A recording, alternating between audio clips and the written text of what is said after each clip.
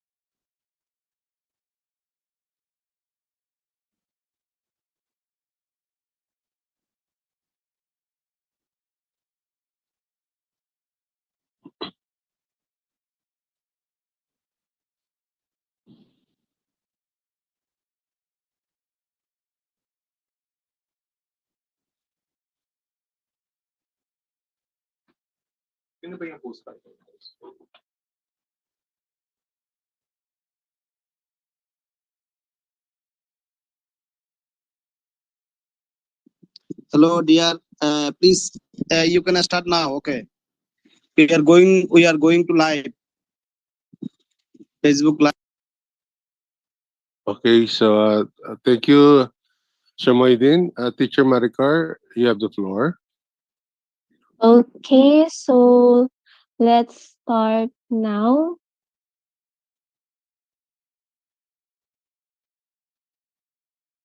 Okay, so good evening, everyone. On behalf of the organizing team, I'd like to welcome you all to tonight's conference. I'm Teacher Maricar. It is my pleasure to be your moderator this evening. So, our theme for this event is Timeless Treasures Unearthing the Riches of Philippine Culture. We will explore the vibrant and diverse heritage that define us as Filipinos, highlighting both the traditional and contemporary aspects of our culture. Tonight, we have an exciting lineup of presentations, each offering a unique perspective on the richness of the Philippines. We'll hear from passionate speakers from St. Mark Integrated School who will showcase their chosen topics, followed by an interactive session. Once again, thank you for being here and let's begin our journey into the heart of Philippine culture.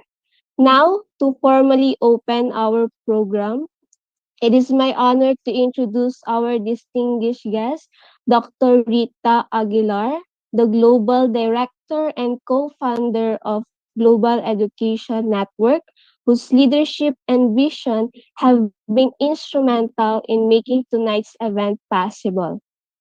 On behalf of Dr. Rita, we have Muhyiddin Bian, our founder and organizer.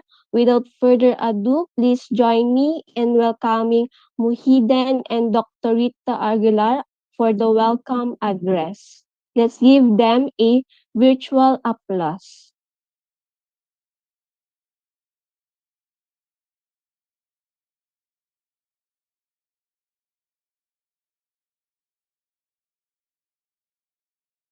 Okay, so now let's welcome our dearest principal, Doctor of Humanities, Doctor of Educational Leadership and Management, Mom Rizalina C. Calderon, to deliver as an opening remark. Let's give her a virtual applause.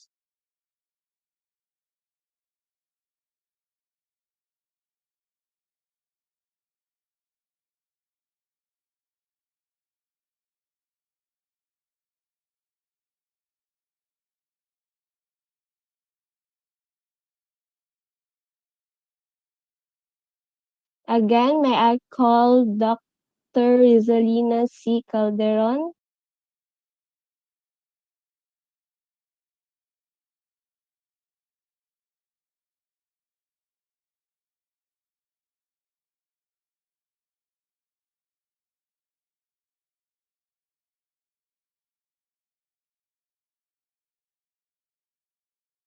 Ma'am Maricar, kindly allow Dr. Risa Calderon to unmute herself.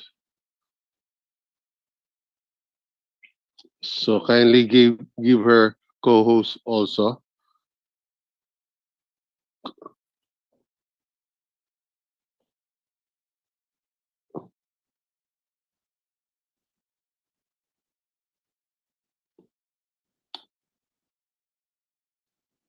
Hello, good evening.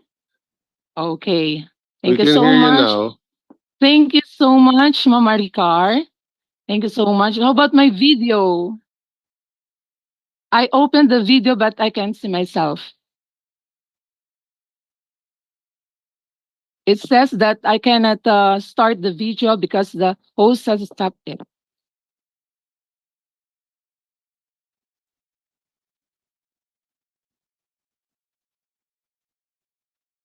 Okay, so Sir Muhyiddin, can you give a co-host to Dr. Rizalina C. Calderon so she can open her camera? Thank you so much.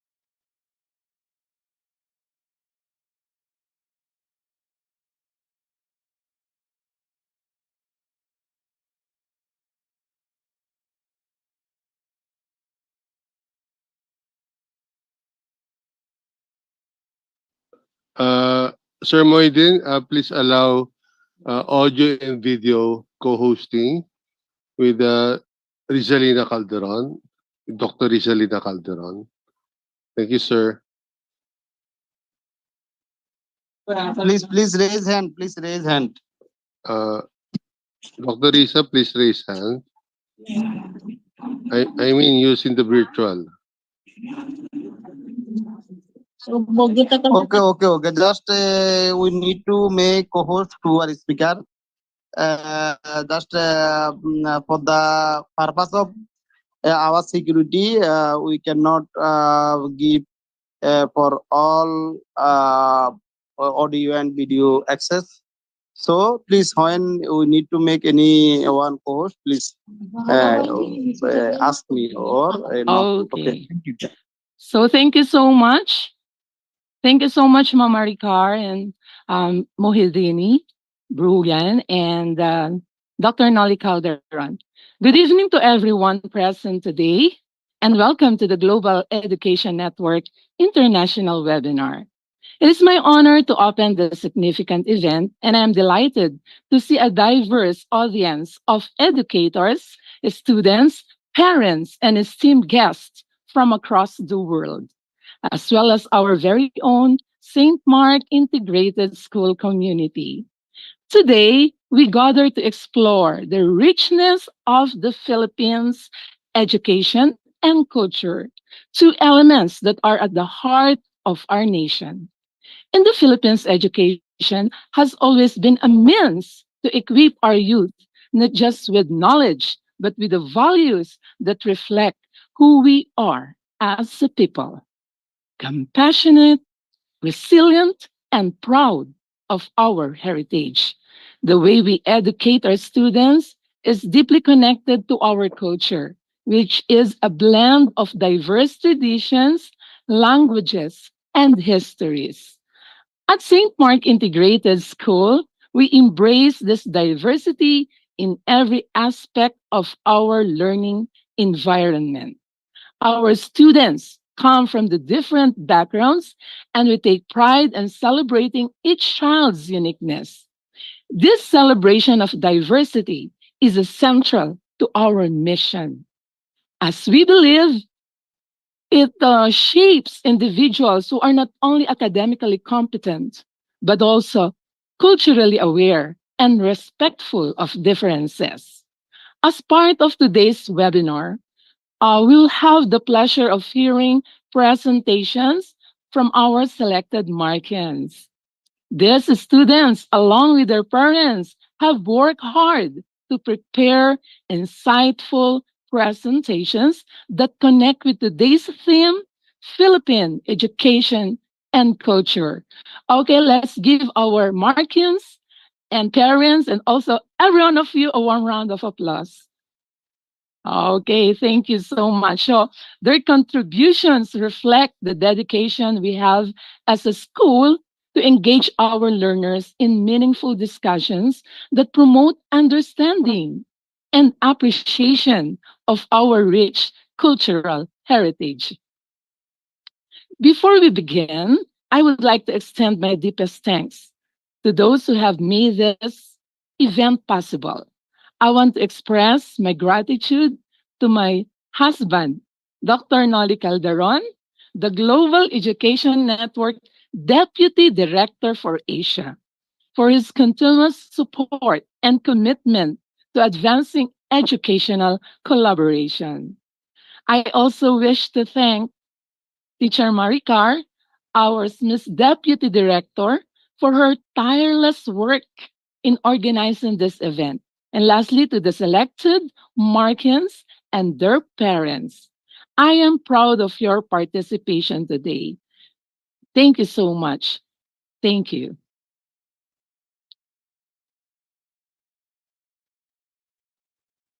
Okay, thank you so much, Dr. Zelina C. Calderon, for your inspiring words and for always supporting events like this. Your dedication to education and leadership continues to motivate us all. And we truly appreciate your time and insights this evening.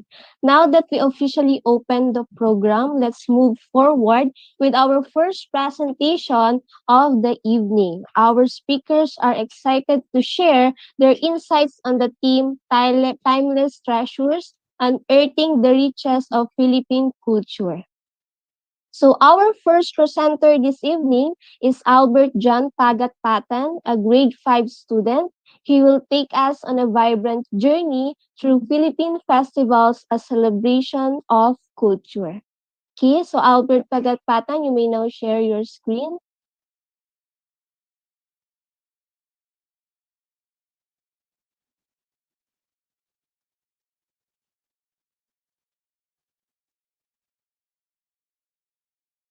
Hello, everyone.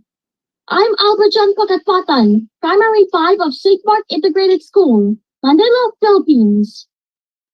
To kick things off, how many of you have experienced a Philippine festival firsthand? If not, let me share some insights about Philippine festivals. Festivals serve as a means to pass down traditions, stories, and customs from generation to the next, ensuring cultural continuity. Join me as we embark and explore the vibrant and colorful world of Philippine festivals that showcase the rich tradition, history, and cultural diversity of each region. Each festival has its unique significance, often featuring colorful parades, dances, and rituals.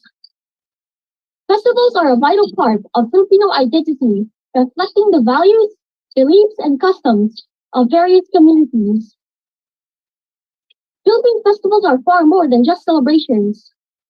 They are essential vehicles for cultural preservation, community bonding, spiritual expression, and economic growth.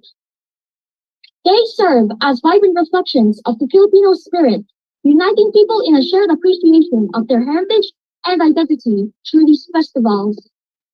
The rich tapestry of Filipino culture is celebrated, ensuring a continuity for future generations.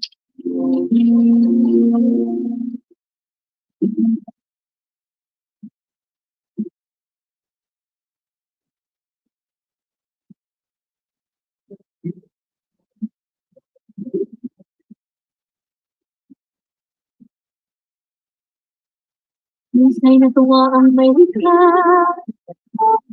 puno ang ginawa.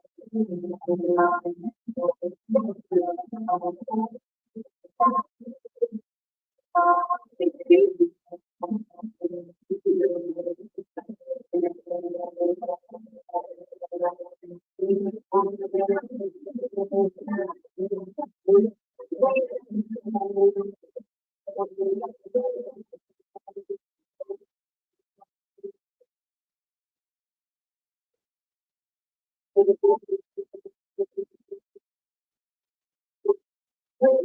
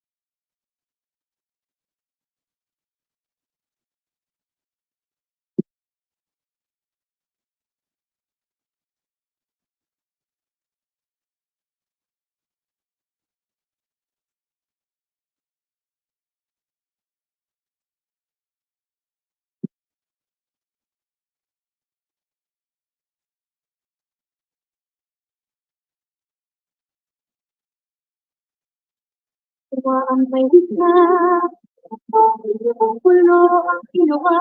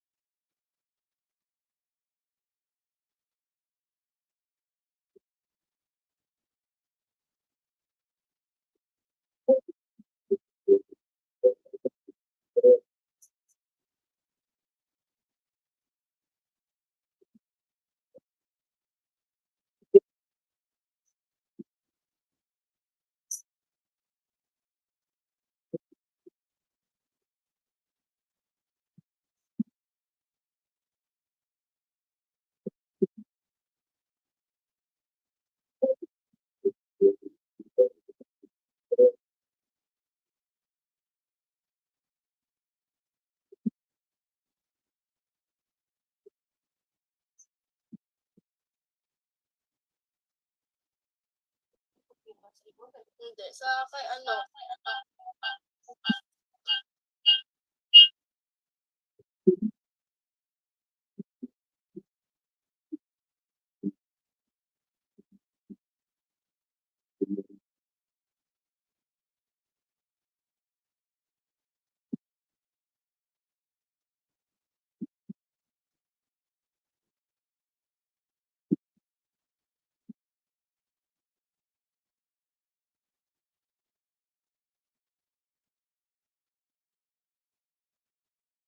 Then, it's important to recognize that service festivals are far more than just dance occasions filled with music, dance, and colorful displays.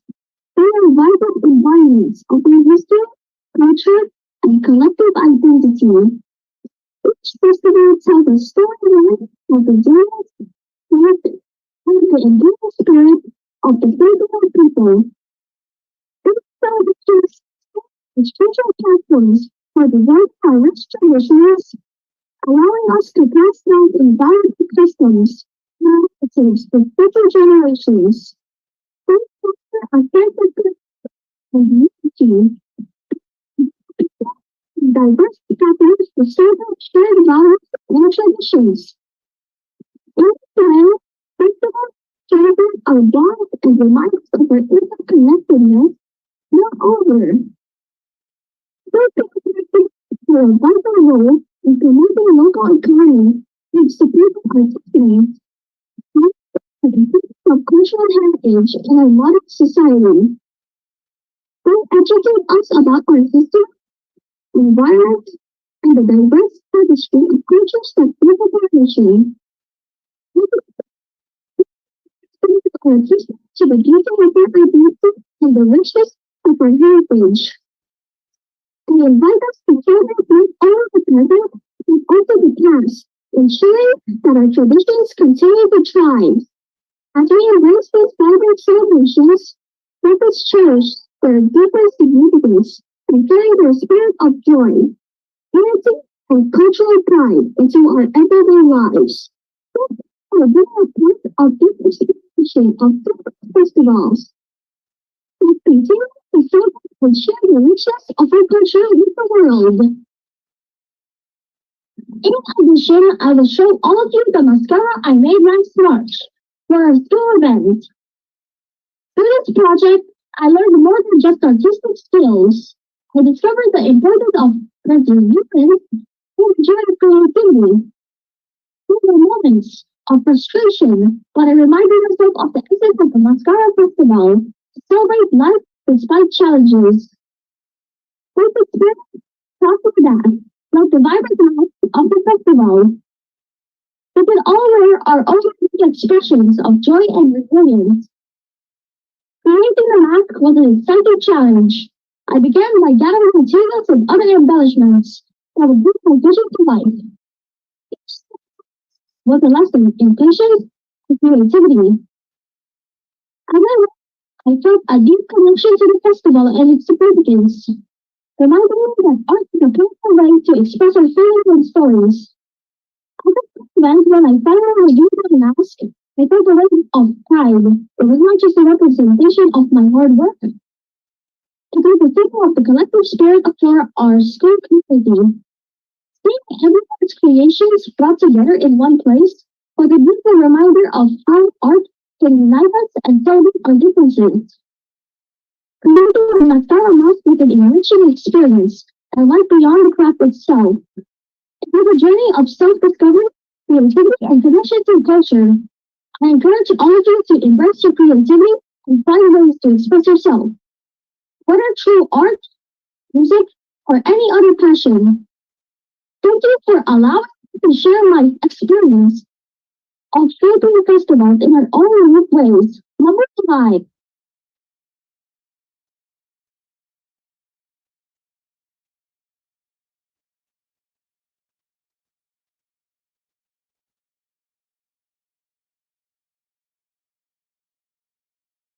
Okay, thank you so much, Albert, for that enlightening presentation. Your insights into the vibrant traditions and rich history of our festivals truly highlighted the beauty of our culture. Next, we are excited to welcome Eliakim Zuniga, a grade 6 student who will present the story of Philippine folk dances.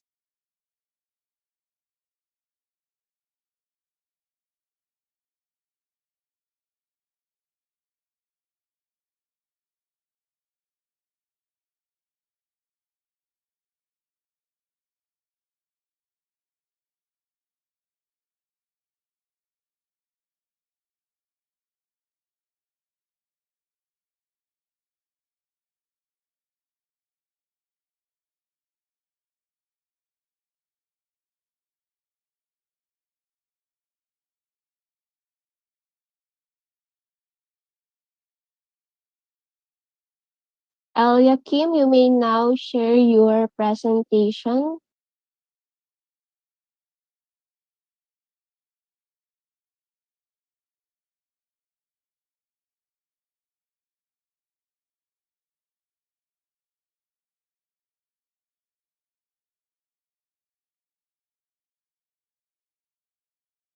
Yeah.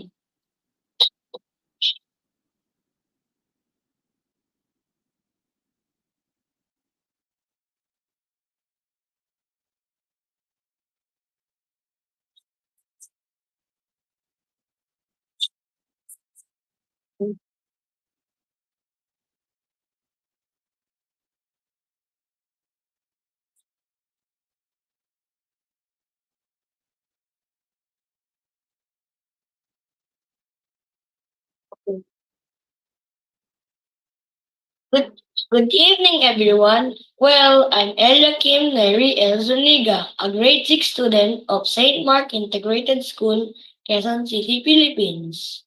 Today, I will give you some insights about the story of the Philippine folk dances. The story of the Philippine folk dances. Have you ever wondered how a dance can tell the story of an entire culture? Philippine folk dance do just that, weaving tales of history, tradition, and community through every step and movement. To dance is to be out of yourself, larger, more beautiful, more powerful. This is power, it is glory on the earth, and it's yours for the taking. By Agnes de Mille. What is folk dancing? What is folk dancing? Folk dances are traditional dances that reflect the life and culture of the people from a specific region or country. These dances are usually performed during cultural events, festivals, and ceremonies, and they often involve costumes, music, and movements that are unique to the culture they represent.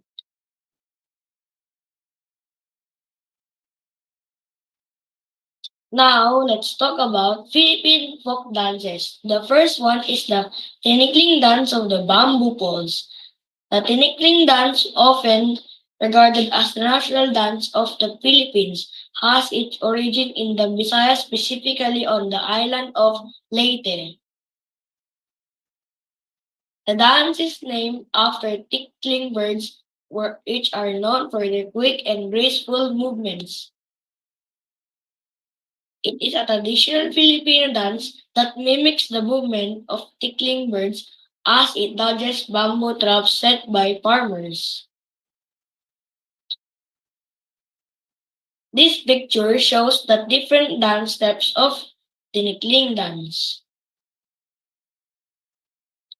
The tinikling has dance techniques and movements such as setting up, clappers roll, dancers movement, single step, double step, and cross step. I will show you a sample video of the Nikling dance.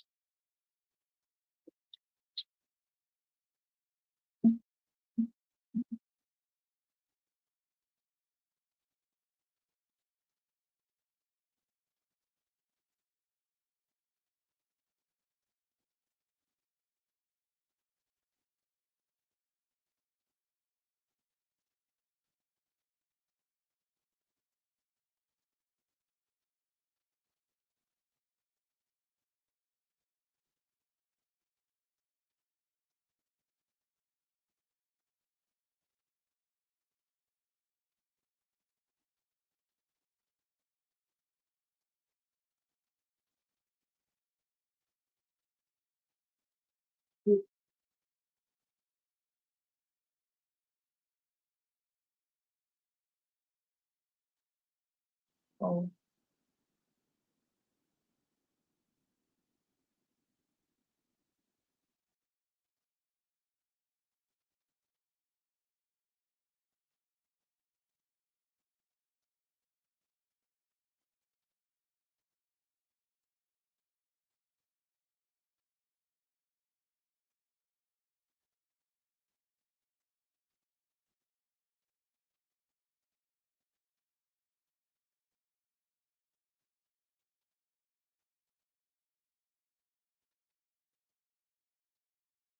Slouching.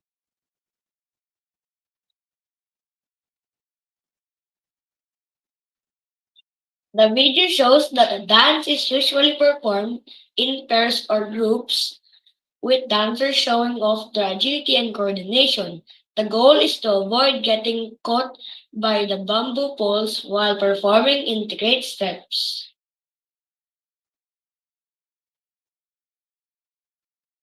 And the cultural significance of this dance is tinikling. It's a traditional Filipino folk dance that holds deep cultural significance. It reflects the resilience, creativity, and connection to nature of the Filipino people in several ways. It is resilience because the dancer's ability to skillfully navigate between the moving bamboo poles symbolizes the resilience and adaptability of Filipinos in overcoming challenges. It is creativity because of its intricate footwork and rhythmic patterns. The dance requires coordination, timing, and teamwork, highlighting the innovative spirit of the Filipino people. It is connected to nature because the dance is named after a tickling bird and its movements mimic the bird's agility and grace. This connection to nature is further emphasized by the use of bamboo balls, a natural resources abundant in the Philippines. The dance celebrates the harmony between humans and their environment. Tinikling is not just a dance, but a vibrant expression of Filipinos' identity, embodying the nation's history, values, and cultural pride. The next dance is Cariñosa, the dance courtship. Cariñosa is a traditional Filipino folk dance that's originated during the Spanish colonial period in the Philippines. Comes from the word meaning loving or affectionate, which reflects the dance themes of courtship and romance. It is characterized by its flirtatious and playful movements, often involving the use of fans or handkerchiefs. The cariñosa originated in Panay Island and was introduced by the Spaniards during the colonization of Philippines. It is related to some of the Spanish dances like the bolero and the Mexican dance, harabel and tapatio, or the Mexican hat dance. This is the basic steps of Cariñoso dance. This picture shows the different techniques and movements of Cariñoso dance, like wall step, sway balance, kirsty, and bow, turn and spin, fan play, handkerchief twirls, heel and toe, as well as slide steps. I will show you a dance video of Cariñoso dance.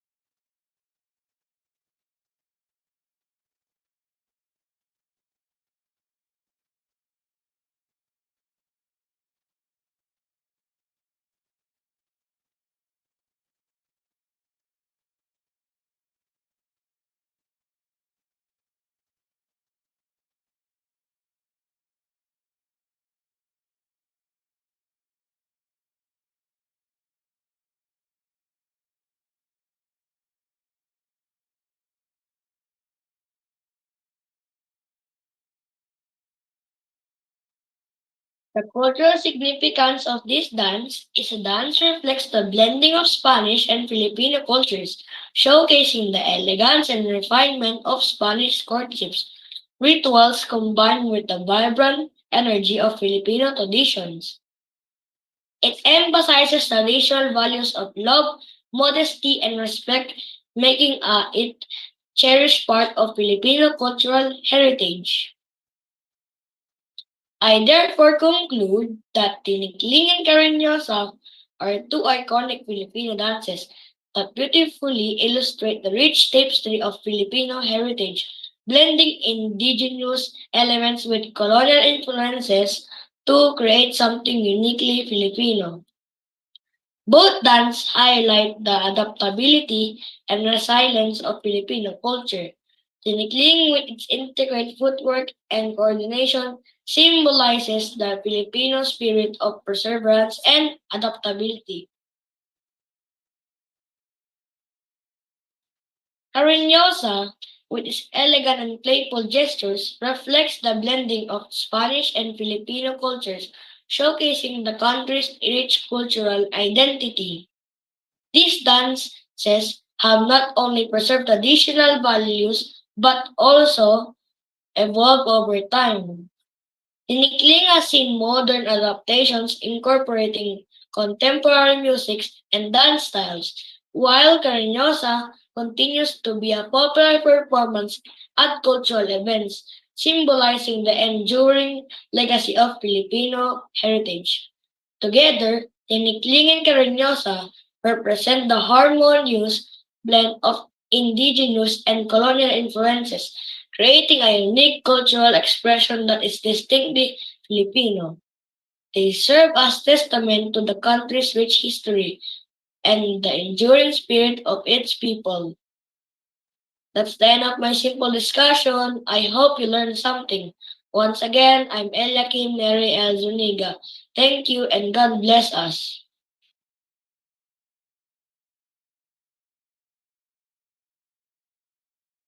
Okay, thank you so much, Elia Kim, for your captivating presentation. Your insights into the cultural significance and history behind these dances have enriched our understanding of our heritage. So up next, we have Suzanne Bell Masbate, a grade 8 student who will be presenting on modern Filipino artists and their global impact.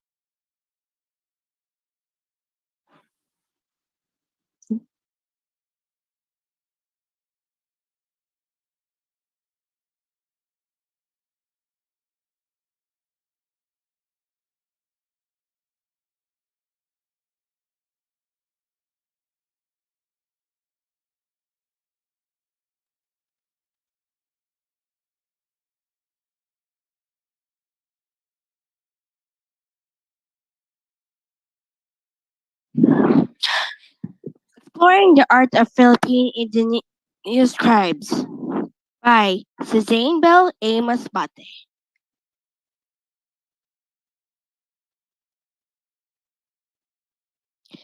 Imagine you're in a museum and in front of you is a painting. What do you see? Colors, shapes, and textures. But have you ever wondered that there's something more that beyond the mixture of colors, shapes, and textures? The artist wants their part, like their inspiration, their thought process, and the message they want to convey. There are two notable artists that I'm happy to discuss.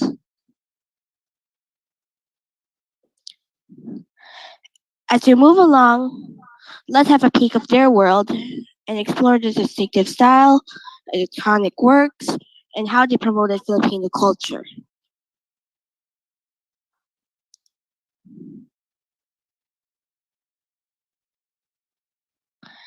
The first artist we'll be learning about is Benedicto Cabrera, also known as BenCap. He was born on April 10, 1942, in Malabon, Philippines. His interest with art started with his brother Salvador, an established artist introduced it to him. At age 7, he started painting on walls and pavements. He pursued art in high school and drew illustrations of his peers. He studied at the University of the Philippines College of Fine Arts and graduated with a bachelor's degree. He became a full-time artist in the 1960s and held his first exhibition in 1966. In 2006, he was conferred as a National Artist of the Philippines and was noted as arguably the best-selling painter of his generation of Filipino artists.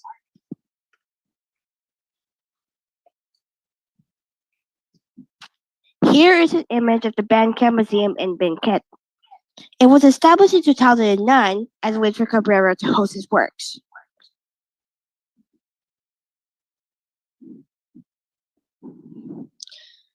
One of Bandcamp's most famous artworks is Sabelle in Blue, 1966, which is part of the Sabelle series. It was inspired by a homeless Filipino woman who wandered the streets of Manila named Sabelle. Inspired, Cabrera began to sketch and paint Sabelle. She became a symbol of despair and isolation, a personification of human dignity threatened by circumstances. In the painting, you can see Sabelle draped with plastic sheets found on the streets like a cape, while scavenging her food. Sabelle is a reflection of the lives of people who live in the outskirts of society. It shows what marginalized people go through and the challenges they overcome and face.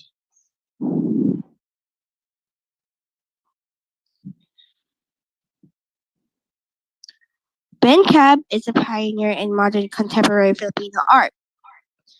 His paintings often depict figures wrapped in flowing fabric. He uses expressive strokes and earthy subdued hues and shows his figures as natural in their gestures and movement. Aside from painting, he also explored printmaking, sculpting, and photography.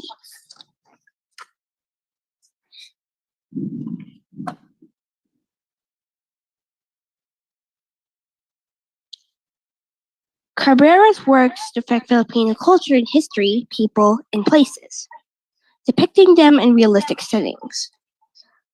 Works such as Sabelle in Blue showcase issues in Filipino society, such as poverty. He became an inspiration for newer artists. His artwork, Sabelle, in particular, was adapted into a musical play in 2015.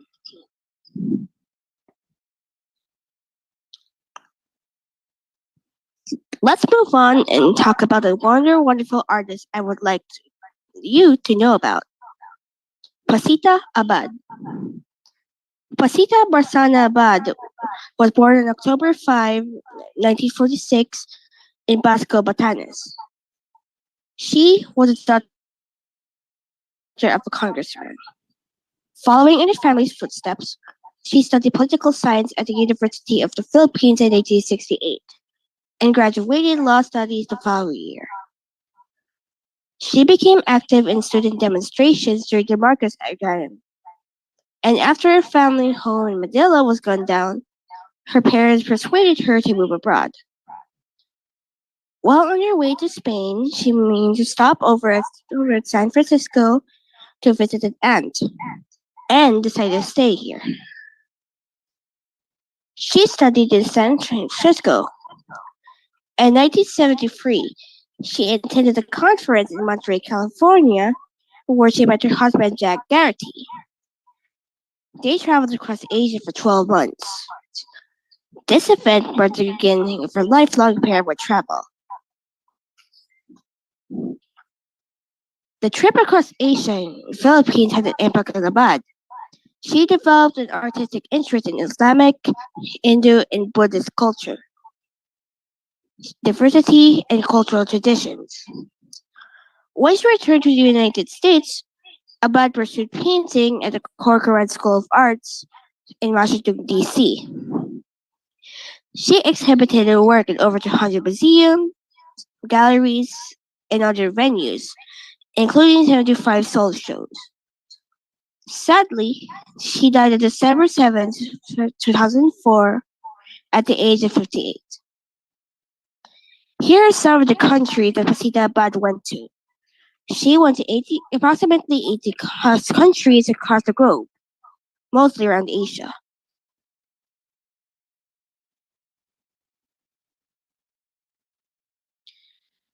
Abad is known for its rapunto works.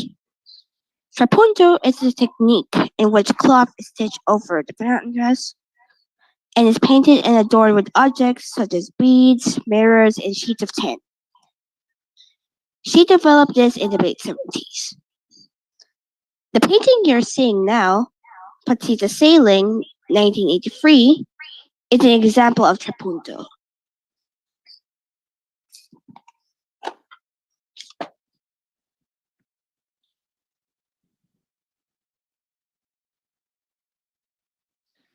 Subjects in Abad's work range from socio-political themes, tribal art, and societal issues to flora and fauna and emotional well-being. She cited indigenous art traditions around the world as inspiration, and this is reflected in her work. She uses vibrant colors, lively shapes, and a wide variety of media, which she collects in her travels.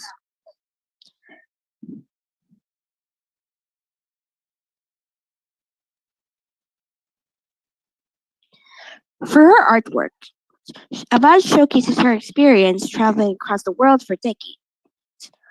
Her art portrays the experiences of society, Philippine politics, and Phil-Am life.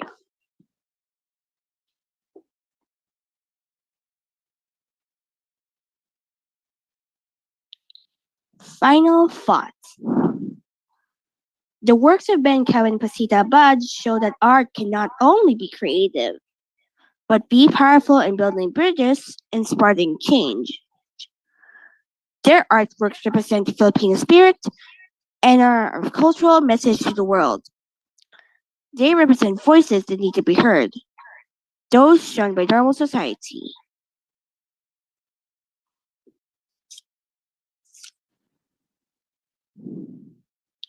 Before we end this presentation, I would like to show you my work, inspired by Ben Cab. It is titled Cool Guy. The guy, the center of the art piece, represents how awesome we are, the best parts of our life, and parts that make us unique. He contrasts with the plain yellow and brown background, which looks like a table, showing that even if we are a very small part of this world, we can still stand out for the things we do.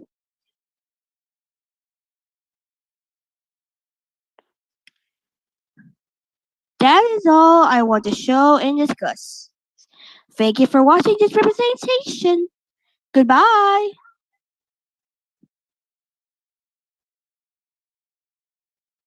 Oh my god.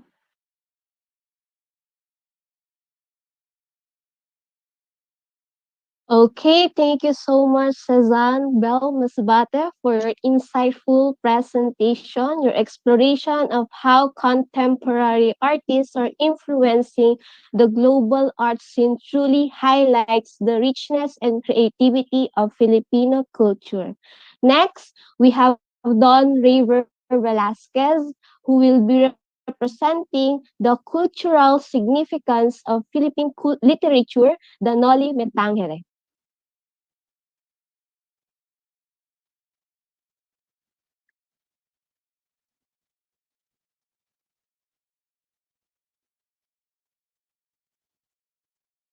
Um,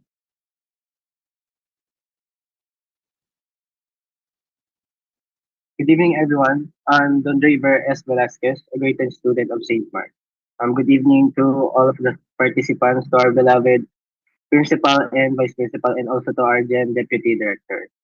So today's topic, we were going to learn about the cultural significance of Philippine literature, the cultural significance of Noli Me Tangere. So, Philippine literature plays a crucial role in shaping national identity, societal norms, and cultural values. It serves as a medium for expressing historical events, emotions, and the struggles of the Filipino people, offering insights into the country's past and present. And the famous literature author here in Philippines is Dr. Jose Rizal. And just want to ask some question. Do you know what is the famous line in Nolimi Tangere? Does anyone knows it? If yes, please open your mic.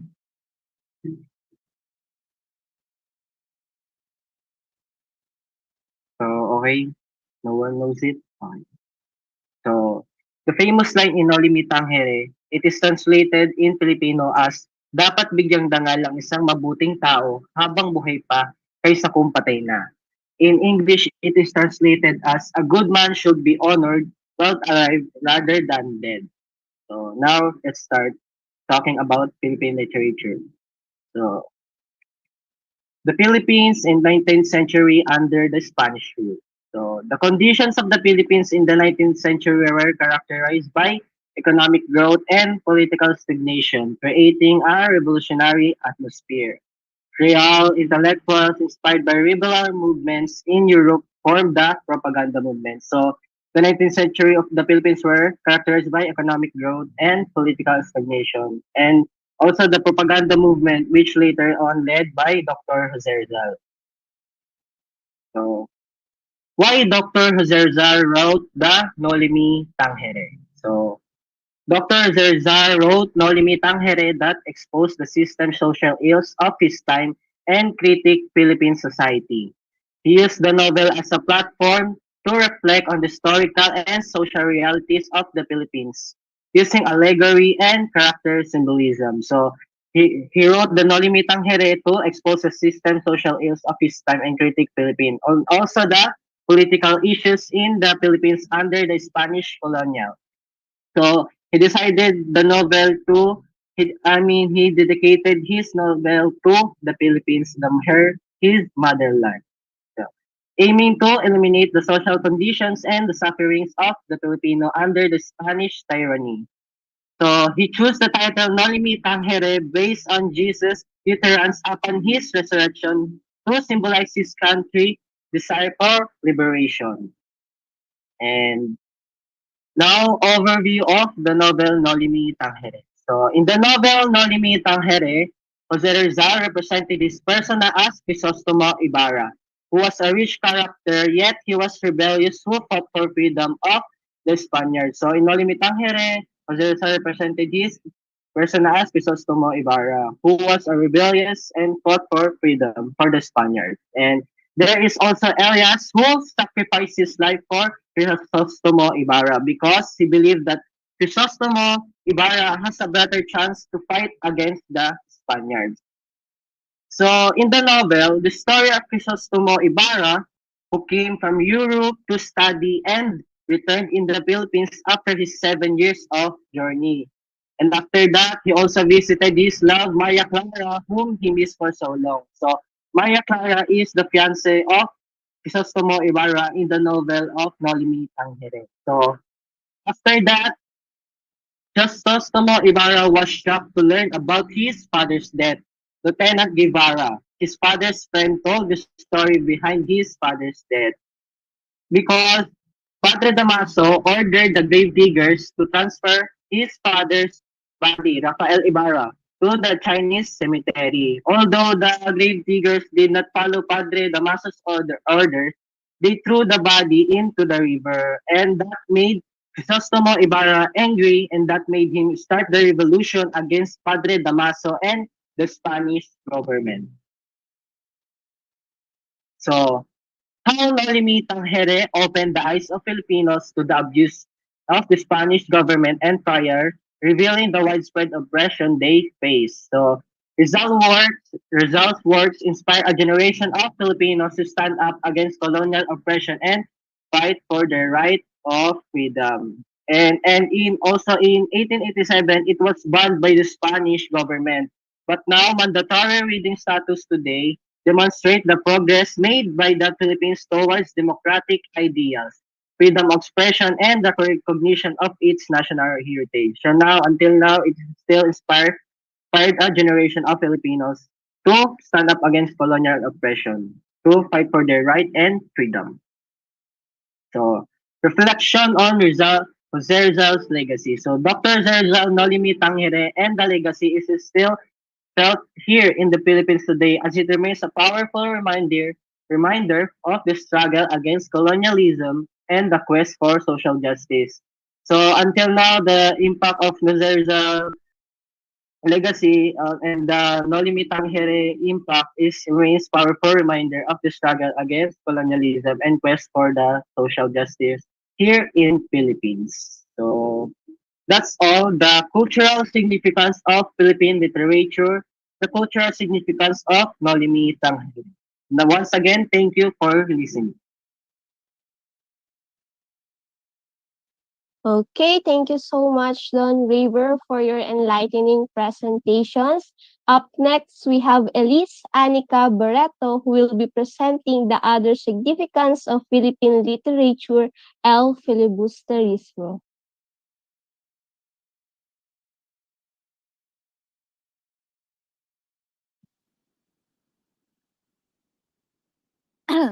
um, Good day to everyone. I'm Elise Anica Barreto, and today I'll be talking about the cultural significance of El Filibusterismo, one of the most important works in Philippine literature, authored by the writer himself, Jose Rizal. Let me begin with a question. Ano ang gagawin mo kung lahat ng minamahal mo ay kinuha sa'yo ng kawalan ng katarungan? Or, in English, what would you do if everything you valued was taken away by injustice? This is the struggle of Simun, the protagonist of El Filibusterismo, a piece that forces us to confront the brutal facts of our colonial history. Another line from the novel that strikes a deep chord is this. Where are the youth who will devote their golden hours, illusions, and passion to the well-being of their native land? This message from Jose Rizal is still related today, as it encourages each of us to contemplate our role in determining our country's future. El Filibusterismo, also known as the Reign of Greed, is a deeper work that captures the rage, disappointment, and desire for revolution that the Filipino people harbored during Spanish colonization. It is not only a continuation of Noli Me Tangere. In this concise discussion, we will examine how El Filibusterismo captures the social and political unrest of its era, and more importantly, how it continues to have a profound impact on our sense of cultural identity and national identity to this day. Now, moving on, let us discuss about the political and social climate in the Philippines at the time of El Filibusterismo's publication in 1891. At the time of El Filibusterismo's publication in 1891, the Philippines was under the harsh control of Spanish colonial rule, which had dominated the country for more than 3 centuries. Widespread corruption and exploitation by the Spanish government and the Catholic friars, who had enormous influence over the state and the church, characterized the political climate. Land grabs, compulsory labor, or pola y servicio, and exorbitant taxes were among the repressive measures that Filipinos had to endure. The colonial rulers swiftly put an end to any protest, and the indigenous population had little to no political representation. There was a huge social divide between the Filipino masses and the wealthy Spanish and mestizo alike. The majority of Filipinos were illiterate and unable to escape poverty due to the lack of education, especially for the lowest classes. In their homeland, discrimination was widespread and Filipinos were viewed as second-class people.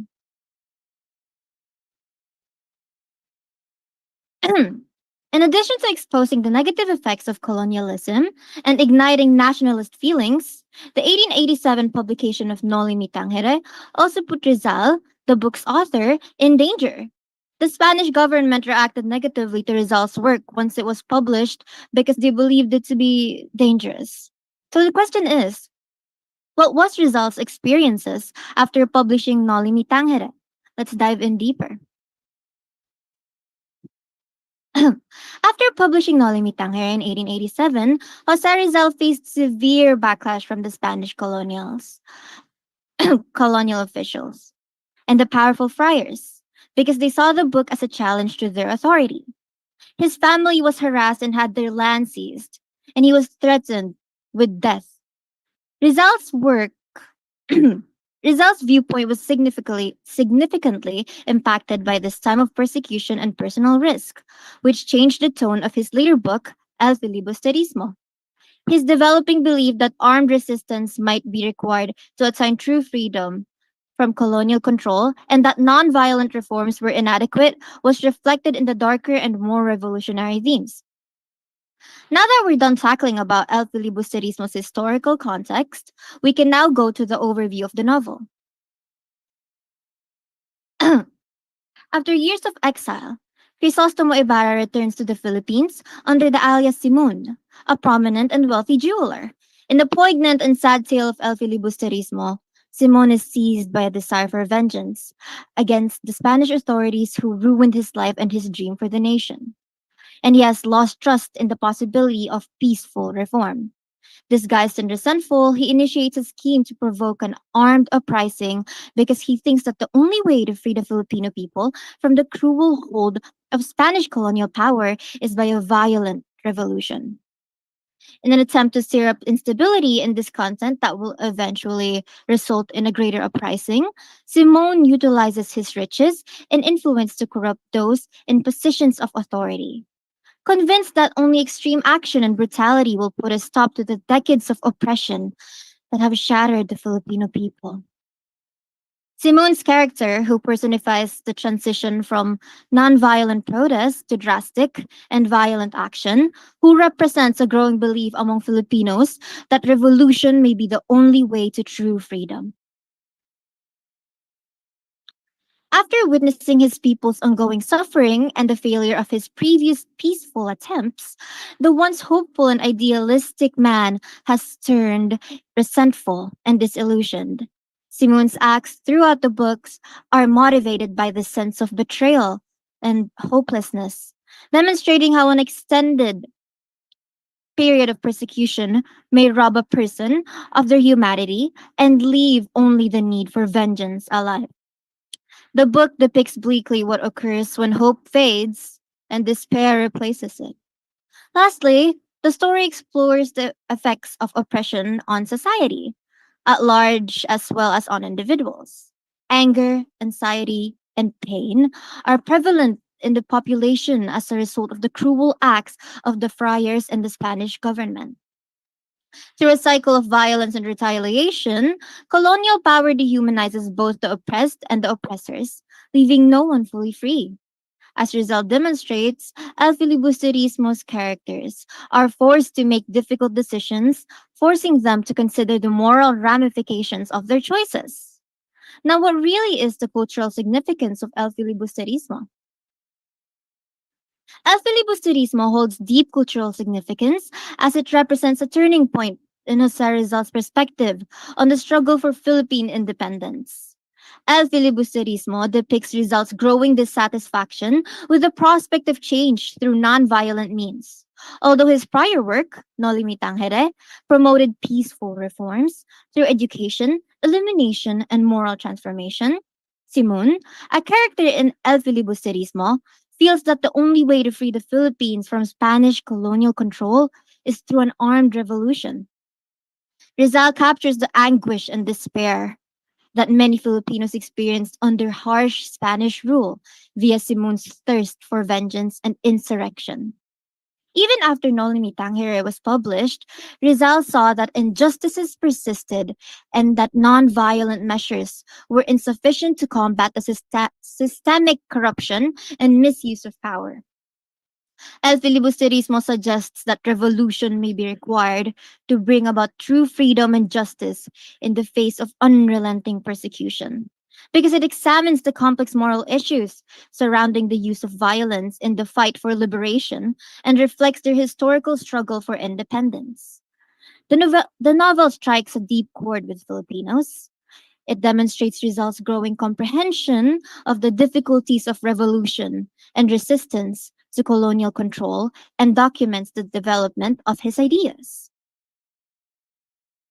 Now for our final thoughts. In summary, Jose Rizal's complicated vision for the Philippines is captured in El Filibusterismo, a strong and thought-provoking masterpiece. Rizal shows us how years of persecution may turn an idealist into someone who is prepared to use violence in order to attain freedom, by presenting us with Simon, a man who has been driven to the verge of despair. Rizal's own internal conflict, in which he struggled with the limits of nonviolent transformation in the face of unrelenting colonial injustice, is reflected in Simon's journey from optimism to wrath. The book compels us to consider challenging issues like the nature of revolution and the price of freedom. In the name of justice, what are we prepared to give up? In order to attain ultimate independence, how far should we go? Simon's portrayal by Rizal challenges us to think about these moral challenges and the severe toll that oppression has on both people and society at large. More than merely a tale of retaliation, El Filibusterismo is a reflection on the brutal realities of the struggle for liberation, the anguish of hopelessness, and the effects of colonial control. Instead of providing easy solutions, Rizal pushes us to consider the extent people will go to in order to regain their freedom and dignity. His legacy in this book serves that pursuing liberty frequently comes at a high and personal cost, and that the path to justice is paved with tough decisions. In the end, El Filibusterismo is both a cautionary tale and a source of motivation. It urges us to work towards a fair and just future, no matter how difficult or complicated the road may be, while simultaneously serving as a reminder of the perils of allowing tyranny to continue. Through Simon's story, Rizal imparts to us a timeless lesson.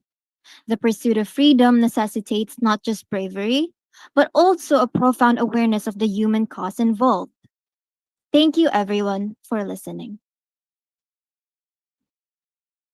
Okay, thank you so much, Elise, for your wonderful presentations. Once again, thank you so much to Don Raver Velasquez and Elise Anica Barreto for your enlightening presentations, respectively. Your discussions shed light on the profound impact of Jose Rizal's works on our culture and national identity. And your insights have deepened our appreciation for this literary masterpiece. Now, we invite teacher Christine Joy Arugay, our dedicated history teacher from St. Mark Integrated School, to lead us in an interactive session. During this time, teacher Christine will guide us through reflections and insights based on the topic presentations we've just heard. This is a wonderful opportunity for all of us to engage and share our thoughts on the rich cultural themes we've explored today. Let's give a warm virtual welcome to Teacher Christine.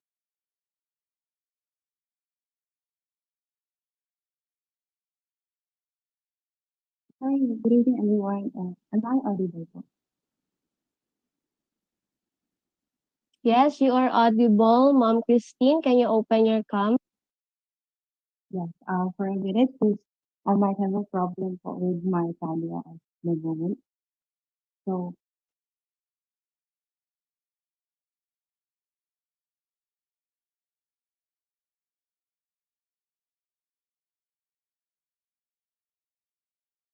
yeah, my background is currently not um well presentable. I was not able to ready my background for tonight. Will it be okay if I'll just use my audio and not open my camera? I'm so sorry. Yes, you are audible, Mom Christine. It's okay if your background is not. You may now open your camera.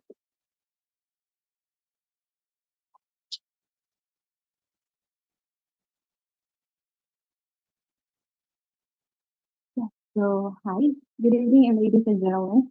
I'm so sorry for my background. I was not able to present our background for tonight. But once again, I would like to greet each and every one of us good evening. It is an honor to be with you all tonight as we have embarked on a journey through time and culture with the theme timeless treasures, I would say, unearthing the richness of Philippine culture. With over 7,000 islands, the Philippines is a land of immense cultural diversity and historical depth. But have you ever questioned yourself how the various cultures of the Philippines, which differs from each and every island, but still create a firm identity of being a Filipino? Couldn't they be called differently though? I don't know about you, but yeah, that's my thought. But today or tonight, we have gathered to celebrate and explore the vibrant heritage and culture of our country, the Philippines. We started our journey exploring the different and colorful festivals of our country. These celebrations, these festivals are a testament to the Filipino spirit of being happy, being joyful, and just be gratitude, the spirit of gratitude. Primary rituals to connect us with the spiritual world, honoring the natural forces and spirits that guide our life. It is a notable personality of the Filipino people to be happy and joyful with whatever the circumstances we may face. That we to the point that we can still smile and laugh in the face of a storm. From festivals, we also explored the famous traditional dances of the Philippines, which are also known around the world, the tinikling and Sarinosa. The tinikling as a celebration of human or the connection of human and our immediate surroundings or nature shows how Filipinos can be adaptive to their immediate surroundings and also a testament to the ingenuity and creativity of the Filipino people. The Crinyosa, on the other hand, is more than just a dance. It's more than just a dance. It is a cultural treasure that encapsulates the history, values, and artistic expression of the Filipino people. Its enduring popularity and significance makes it a vital part of the Philippine cultural landscape. These performances are not merely for entertainment. They are a living story. They are our living stories, passed down through generations to generations, reflecting the resiliency and creativity of the Filipino people. Aside from those Philippine traditional dances and Philippine festivals, we also examined how the beautiful and meaningful paintings of the Filipinos have contributed to the world. For how many years of my life, I was never able to understood nor was a fan of painting. But ironically speaking, I love going to museums where artworks are mostly displayed. So kind of ironic, but yes, it is a fact about myself. But backtracking about these two renowned Filipino artists made me believe how a painting can actually depict a thousand words. It is not just a simple or complex combination of colors and shapes and everything. It is a reflection of what the artist or what an artist sees in her daily life. It is a window to his soul, a chance given to us, given to others, to understand a person's feelings or opinions of the world around him. It is also a great reminder for us that within the exquisite creation of colors in every painting lies the hidden and deeper meaning of life. That we should not only focus and admire the aesthetic aspect of something or of a painting, but rather we should also look for the underlying message that it wants to express. And lastly, we talk about Dr. Jose Rizal. I mean, who has not ever heard of Dr. Jose Rizal? A person whose name echoes all over the world, to the point where they built monuments from various countries and whose name was used for different cities and places in different countries. Dr. Rizal was and it still is a famous figure in the Philippine history, as he was the one who opened the eyes of the Filipinos of the brutality of our colonizers before. His novels Noli Me Tangere and El Filibusterismo were pivotal towards achieving a rather impossible goal for Filipinos before, paving the way for numerous revolutions to happen.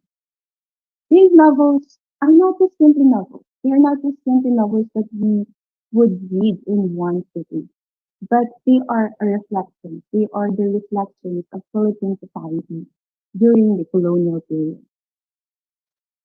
In conclusion, Timeless Treasures Unearthing the Riches of Philippine Culture is more than just a webinar for me. It is a celebration of our identity, our history, and our enduring spirit as a Filipino. It is a reminder that our culture is a living, breathing entity constantly evolving through time, yet deeply rooted in its own tradition. Although we have different cultures, as of right now, we are from different parts of the world, and I know that we have different cultures and traditions in life, but I want to invite all of you to immerse yourselves in a journey in discovering your own culture. Or maybe you want to discover deeper our culture, our Filipino culture, and to listen to the voices, to the whispers of our ancestors, and to celebrate the rich cultural heritage that makes us uniquely Filipino and that makes you uniquely you. Thank you so much, everyone, for listening.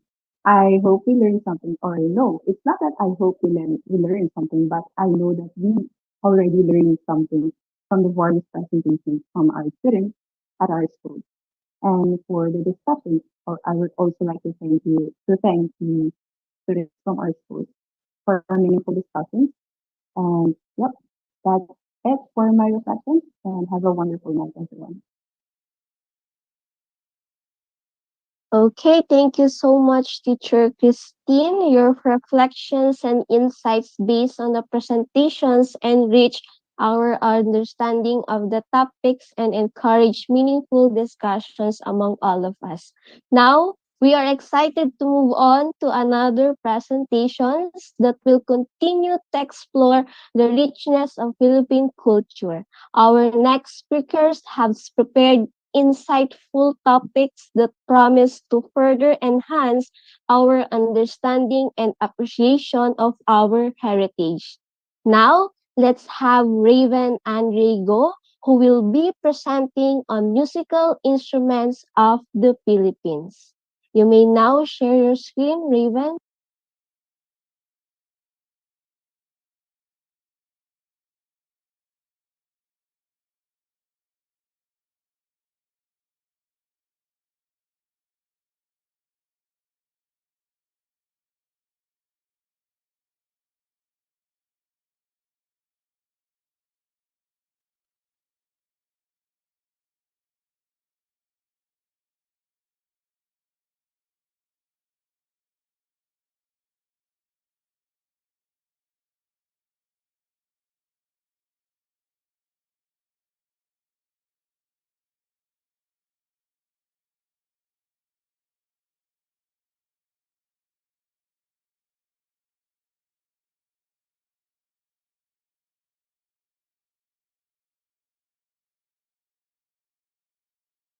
In the hands of our ancestors, each melody of the bungkaka and kubing were not just music, they were stories of survival, culture, and the soul of people echoing across generations.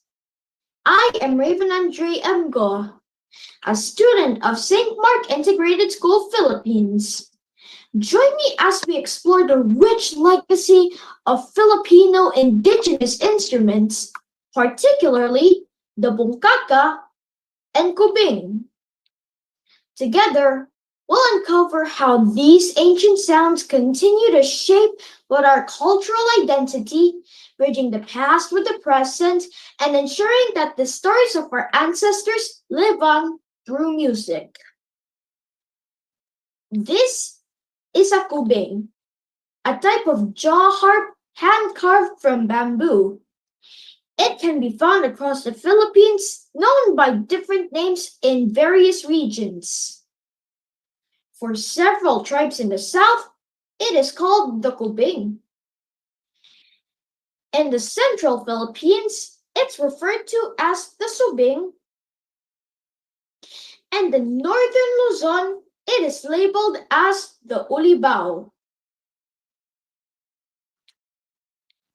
The designs of the kubing vary depending on the culture of each tribe. These designs are often carved onto the handle, reflecting patterns inspired by their environment and lifestyle. For example, some designs resemble the walls of bamboo houses. Others mimic the patterns of snakeskin,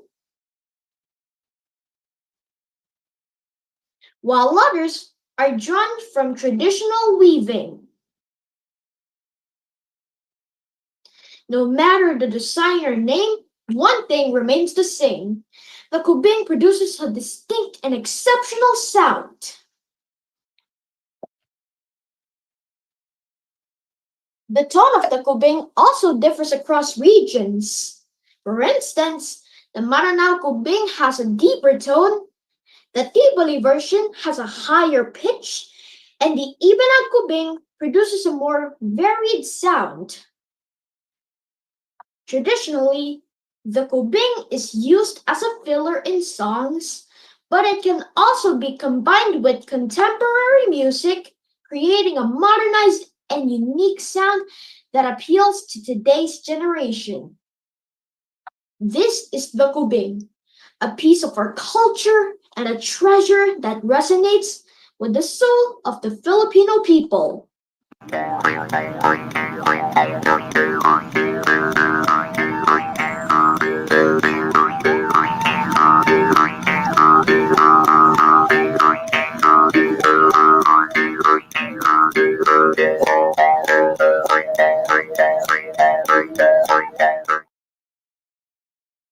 Now, let's talk about bungkaka. The bungkaka is a bamboo buzzer with an upper half shaped like two tongues facing each other, while the bottom part serves as a resonator. It has a hole that produces a modulated sound when covered by a finger and a lighter sound when uncovered. The instrument is played by striking it against the lower part of your palm. The size of the bungkaka determines its pitch. Shorter ones produce higher pitches, while longer ones create lower tones. As a percussion instrument, the bungkaka belongs to the idiophone category. The bungkaka is widely used in the Cordilleras, where it goes by many names, including abacao, balingbing or ubeng, piu-piu, bilbil, bungkaka, pahinghing, and bakong.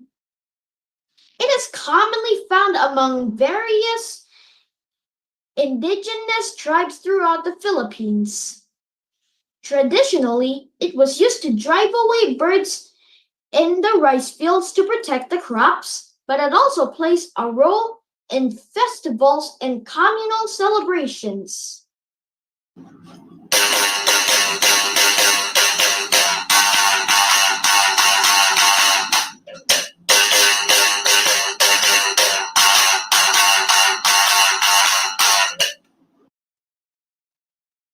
Like the kubing, the bungkaka can also be incorporated into modern music, adding a unique and contemporary twist to its distinct sound. Instruments like the bungkaka and kubing are not just relics of the past. They are living, breathing symbols of our rich cultural heritage. As we continue to evolve in a modern world, it's important to honor and preserve these traditional sounds that have shaped our identity. By blending indigenous music with contemporary styles, we can ensure that the stories, creativity, and spirit of our ancestors remain alive, resonating with future generations. Let us continue to cherish these treasures not only as part of our history, but as integral pieces of our present and future.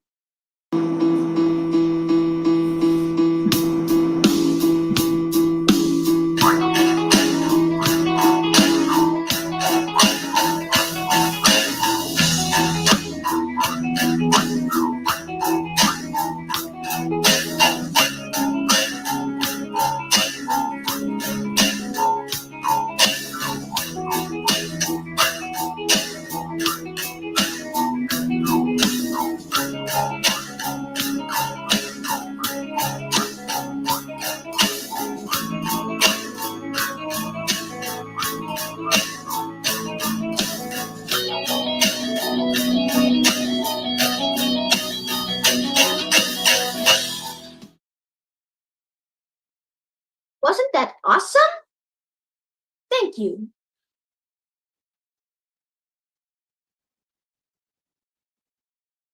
Thank you so much, Raven and Rigo, for your wonderful presentation. Your exploration of the diverse instruments and their cultural significance has given us a deeper appreciation for the rich musical heritage of our country.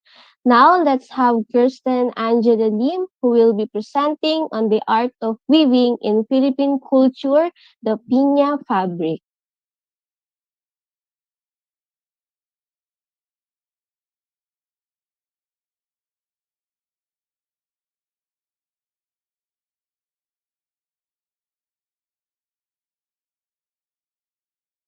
Hello, my name is Kirsten Angela Lim from grade 8 Steiner, and today I'm gonna present about Pina fabric from Visayas. Have you ever wondered how a piece of fabric can tell a story? Weaving is not just a craft, it's a reflection of our history, culture, and identity. Pina is a unique textile from the Philippines, crafted from pineapple plant leaves. Its light and airy quality suits the tropical climate. It was flourished in the late 18th and 19th centuries, especially on Panay Island, where it was used for shirts, blouses, scarves, handkerchiefs, and table lines. Pina fabric originally is from pineapple plant fibers. It has a rich cultural history in the Visayas region, particularly in Aklan. Back to the Spanish colonial era, piña weaving has been a cherished tradition for centuries. This fabric is commonly used to create the barong Tagalog and other elegant garments. The creation of pina fabric is a meticulous process that involves extracting fibers from pineapple leaves, hand-spinning them into fine threads, and weaving intricate cloth. Each piece reflects the artisan's dedication, often taking weeks or months to complete.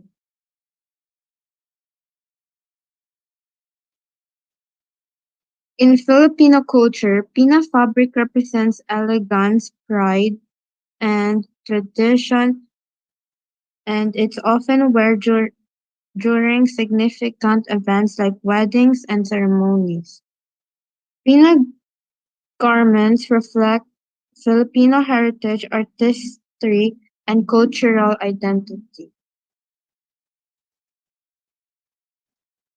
One of the examples of young designers who use Pina fabric in contemporary designs for local and international markets are Raul Laurel is a key figure in Philippine fashion and is known for his piña barongs with bold patterns that blend tradition and modernity. And Monique Laurier, she's a Filipino-American designer who incorporates piña into luxury bridal collections, highlighting its elegance globally. Piña fabric from the Visayas represents Filipino culture's history, tradition, and resilience, woven by skilled artisans in Aklan. The intricate process from pineapple leaf harvesting to hand weaving showcases cultural pride and craftsmanship. These textiles are beautiful art pieces that tell stories of heritage and resilience. Thank you.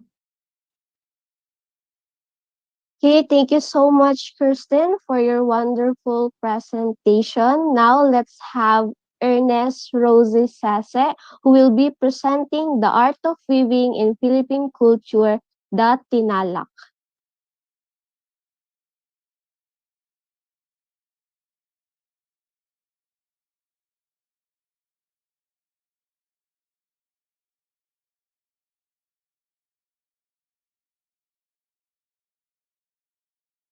Mabuhay. Good morning, everyone, or good evening, wherever which part of the world you are in. My name is Ernest Rosie Sese, a student from St. Mark Integrated School, and I will discuss the tinalak from the Tiboli women.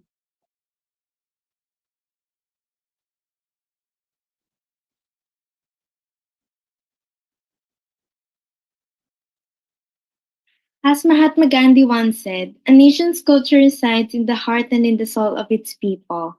Culture is often referred to as the soul of a nation because it is a reflection of a community's historical developments, its heritage, and its way of life. Its shape identities fosters community cohesion and contributes to the development of a sense of belonging among individuals within the nation. Introducing Tinalak from the Tiboli people. It is woven in order to celebrate and pay tribute to major life events such as birth, life, marriage, or death within the community. The cloth is woven from abaca, a banana species, fibers, and is naturally dyed from bark, roots, and certain plants. In, in, a, in addition to marking major life events, the cloth also conveys class individual status, often signifying the warriors within a community. Tinalak weaving was a practice observed by women who were referred to as dream weavers, as it is believed that the design and patterns were sourced from images in their dreams. As handed by the spirit of the Abaca, Fu Dalu. That is why it is believed to be inspired by dreams, earning to Bali women weavers the title Dream Weavers. Process of weaving tinalak. Rip, design, split, tie, knot, dye, weave, pound, and iron. Tinalak has distinctive three-color scheme: white for the pattern, red for relief elements, and black or deep brown for the background. Fibers used in weaving are harvested from the abaca tree and prepared in a process known as kedungon. Two metal plates are used to quickly remove the pulp and reveal the filaments, which are worked by hand into fine threads during tembong. An artisan will connect individual threads end to end. Temogo, or dyeing, is done in an ikat style using beeswax and natural pigments. Fibers are first boiled in a black dye for several weeks. Weaving, or buwel, is done on a backstrap loom or also known legogong. And weaving one piece of cloth can take up to a month of uninterrupted work. The final stage in the process, semaki, involves burnishing the fabric with a cowrie shell that is heated by friction. Not oil is used to condition the fabric and add sheen. Each of these steps goes in the weaving of the exclusively complex tinalak, which is backstrap woven by the Bali women in southern Philippines. Here's a video example of tinalak weaving.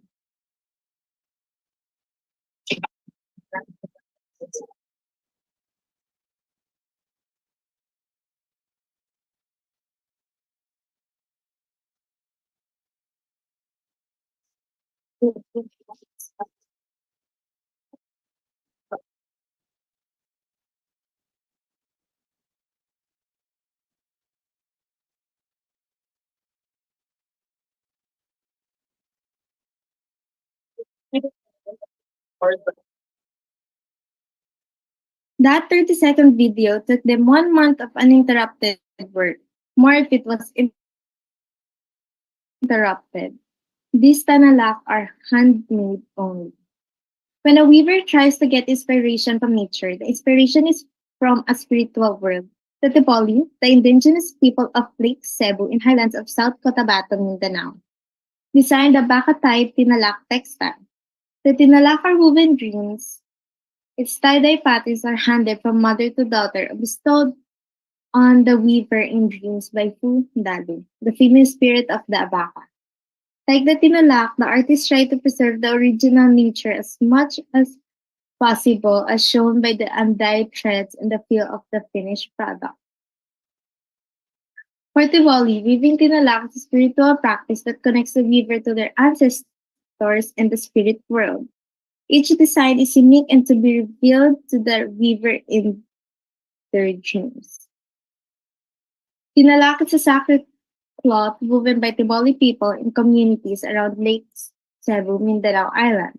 Traditionally made by women of royal blood, thousands of patterns that reference folklore and stories are known to Tiboli women by memory. Udalu, a spiritual guidance that guides tinalak weaving, a process that's enriched with taboo and ritual. This fabric is not just fabric but a beautiful piece done by Tiboli women. These wovens have stories, histories, tradition, and resilience of Filipino culture. And that being said, thank you for listening. Thank you so much, Ernest, for your wonderful presentations. Once again, thank you, Kirsten and Ernest, for your enlightening presentations, respectively. Your discussions have beautifully showcased the rich traditions of weaving in our culture and highlighted the stories and significance behind these remarkable fabrics. Next, we have Maria Luisa Natsumi Noze, who will be presenting on the role of Philippine cinema in shaping culture.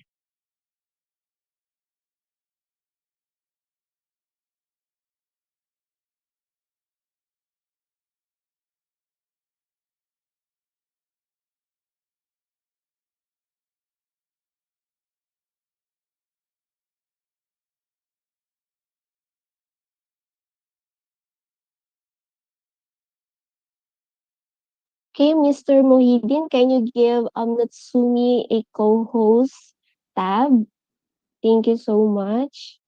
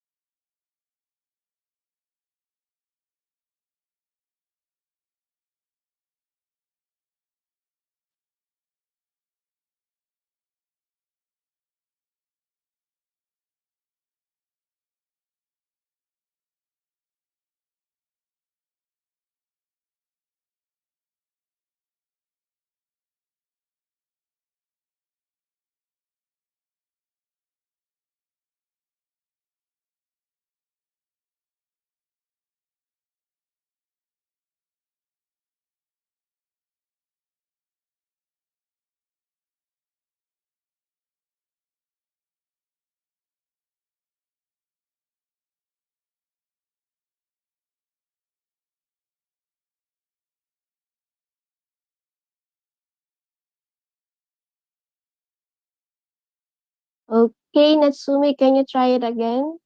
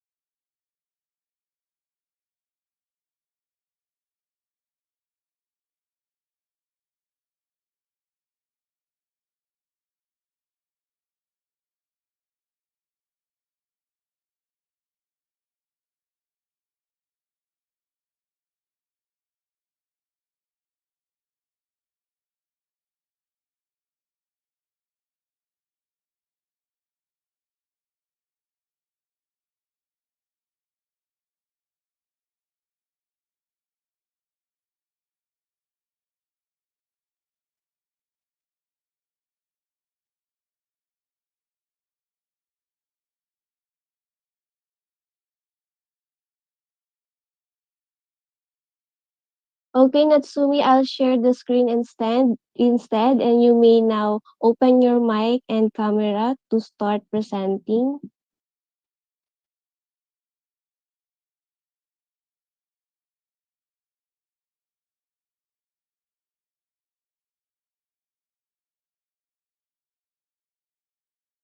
Hello and good evening and welcome everyone.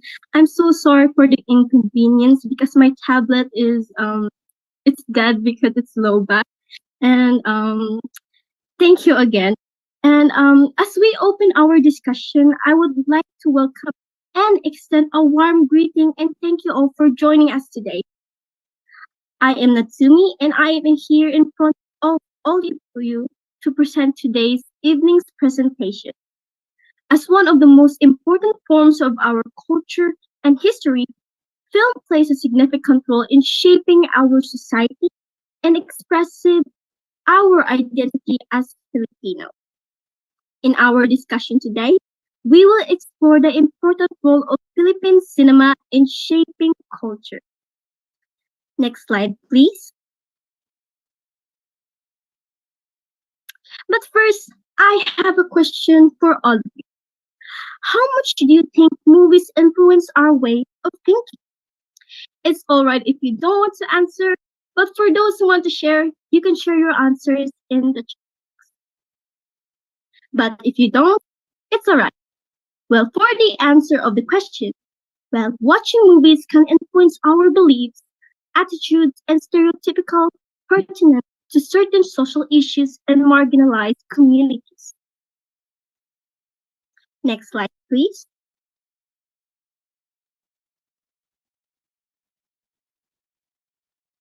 In our discussion today, this evening, we will explore the important role of Philippine cinema in shaping culture.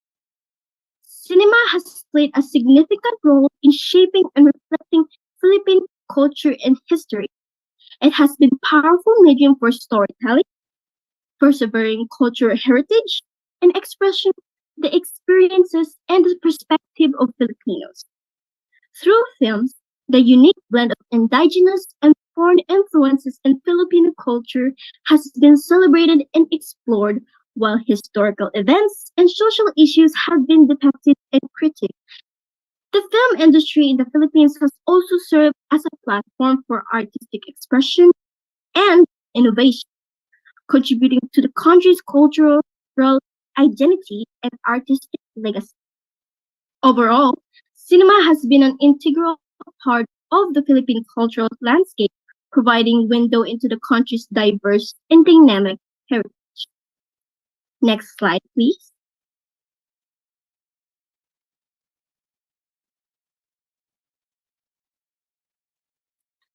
Analyzing the contribution of Bernal and Galiaga, two filmmakers, through their films Himala and Oro Plata Mata, the discussion will focus on how these films reflect and shape Filipino culture and historical consciousness.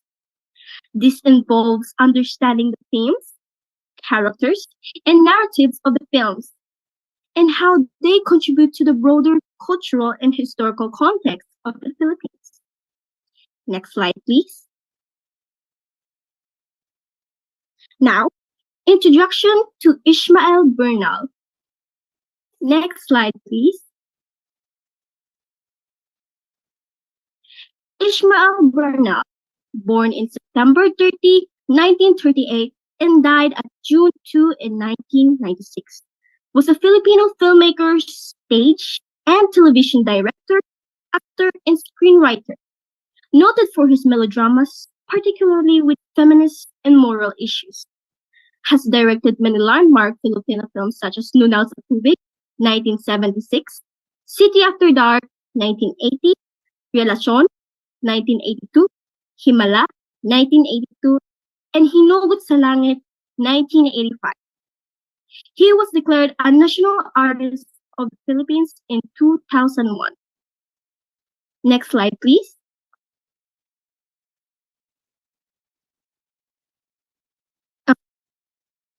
Please, back again the other page. I'm sorry, I was wrong. Bernal is a renowned filmmaker known for his exploration of deep social issues such as religion, identity, and politics. He has a background in film studies and has directed numerous films that tackle these issues. Known for his films that express social injustice and reflect on the struggles of ordinary Filipinos, he has a deep understanding of the medium and uses it as a tool to explore complex social issues. His works often delve into topics such as religion, identity, and politics, which are often taboo or controversial. Through his films, Bernal seeks to provoke the thought and discussion on these topics. His works are often critically acclaimed and have won several awards showcasing his talent and the impact of his work. Next page, please. Now, the film Himala, 1982, in English is meaning miracles. It is a significant piece of Filipino cinema that delves into intersection of religion and society. The plot revolves around a small rural town where a girl named Elsa claims to have seen an apparition of the Virgin Mary. This event sparks a religious phenomenon in the town, highlighting the deep-rooted beliefs and superstitions in rural Filipino communities. This film's famous line and central message is encapsulated in the line, Walang Himala, which translates to, there are no miracles. This line challenges the Filipino society's reliance on divine intervention and encourages individuals to take charge of their own destinies.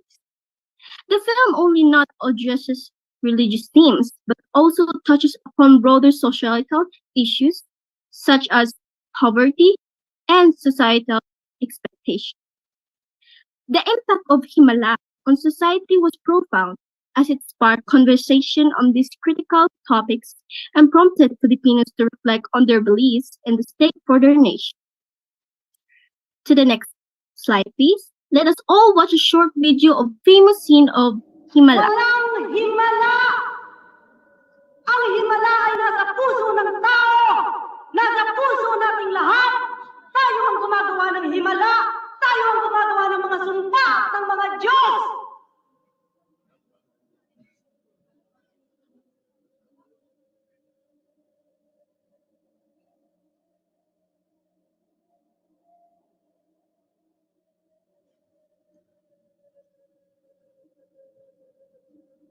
Hindi totoong buntis ako dahil sa himala.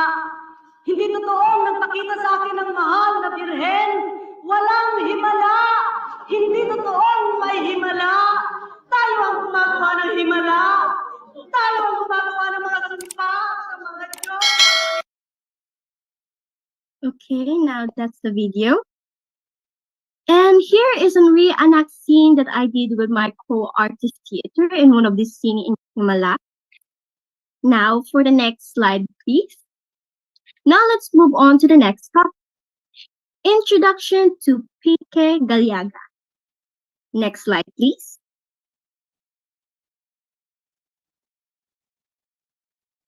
Pique Galiaga, a filmmaker from the Philippines, has made a significant contribution to the Philippine cinema.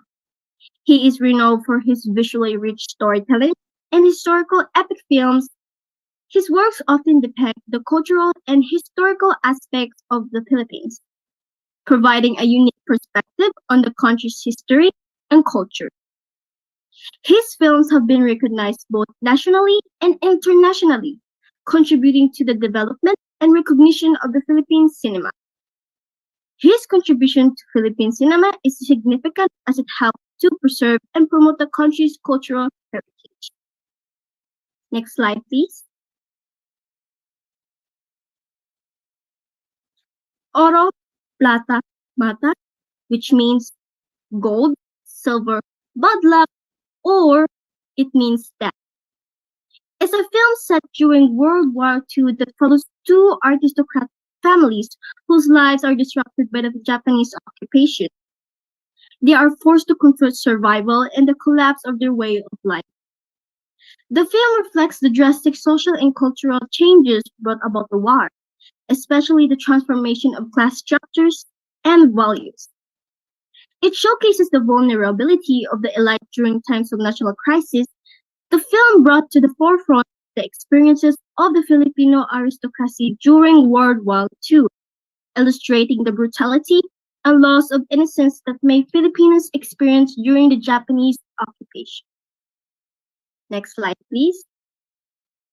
Oh, and I would like to let you all know that in the Philippines, there is a mobile phone library in audiovisual arts, providing educational resources and information on Philippine cinema, open from Tuesday to Friday, except for Mondays, weekend, and holidays, 1 to 5 p.m. You can go